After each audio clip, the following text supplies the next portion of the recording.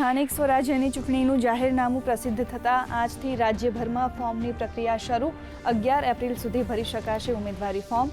રાજ્યમાં 15 મહાનગરપાલિકા, 84 નગરપાલિકા, 260 તાલુકા પંચાયત તથા 34 જિલ્લા પંચાયતની યોજાવાની છે ચૂંટણી।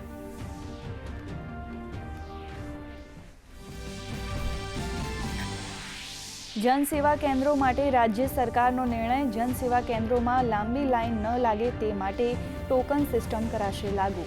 જનસેવા કેન્દ્રોની કામગીરી બાબતે કલેક્ટર દ્વારા કરાશે માસિક સમીક્ષા। સામાન્ય વહીવટ વિભાગે જાહેર કર્યો પરિપત્ર। રાજ્યના અમદાવાદ, રાજકોટ, વડોદરા શહેરની આરટીઓને બોમ્બથી ઉડાવી દેવાની મળી ધમકી। ટ્રેક ટેસ્ટ માટે આવેલા હજારો લોકોને મોકલાયા પરત। પોલીસ અને બોમ્બ સ્ક્વોડની ટીમ દ્વારા તપાસ શરૂ।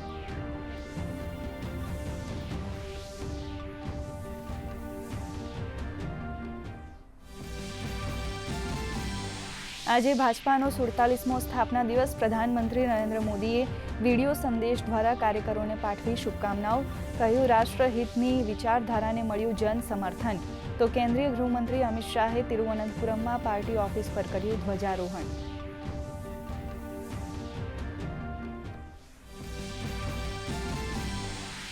ભાજપાના સ્થાપના દિવસ પ્રસંગે ગાંધીનગર કમલમ ખાતે મુખ્યમંત્રી ભૂપેન્દ્ર પટેલ અને ભાજપા પ્રદેશ પ્રમુખ જગદીશ વિશ્વકર્માએ લહેરાવ્યો ધ્વજ।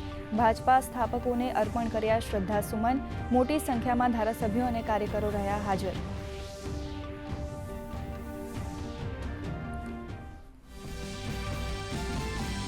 દેશમાં વિધાનસભા ચૂંટણીઓ માટે પ્રચાર ચરમ પર। પ્રધાનમંત્રી નરેન્દ્ર મોદીએ આસામના બારપેટામાં સંબોધી સભા। કહ્યું, ભાજપા આસામમાં લગાવશે જીતની હેટ્રિક। તો કેરળમ અને પુડુચેરીમાં રાહુલ ગાંધી અને અમિત શાહનો ઝંઝાવાતી પ્રચાર। અન્ય પક્ષો પણ પ્રચારમાં લગાવી રહ્યા છે એડી ચોટીનું જોર।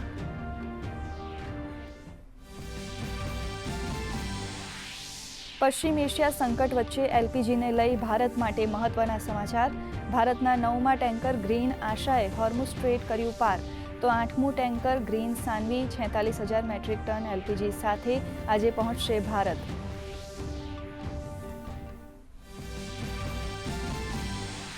ઈરાન, ઇઝરાયલ અને અમેરિકા સંઘર્ષના 38મા દિવસે ઈરાન અને ઇઝરાયલના હુમલા યથાવત। તહેરાન પર હુમલામાં 13 લોકોના તો ઇઝરાયલના હાઇફામાં 2ના મૃત્યુ। ડેડલાઇન પહેલા રાષ્ટ્રપતિ આજે ઓવલ ઓફિસમાં કરશે પ્રેસ કોન્ફરન્સ।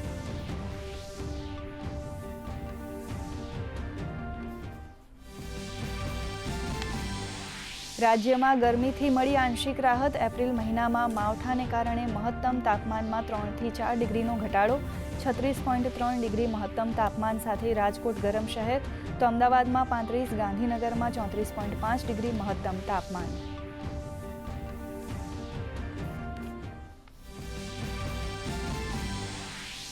કિર્ગિસ્તાનમાં આજથી એશિયાઈ કુસ્તી ચેમ્પિયનશિપનો થશે પ્રારંભ। યુવા જોશ અને અનુભવ સાથે ભારતથી મજબૂત પ્રદર્શનની આશા।